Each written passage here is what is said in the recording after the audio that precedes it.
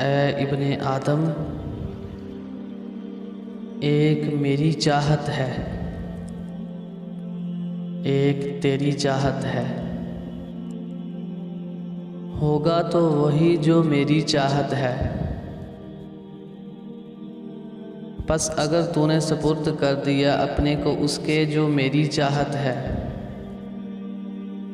तो वो भी मैं तुझे दूंगा जो तेरी चाहत है। अगर तूने मुखालफत की उसकी जो मेरी चाहत है,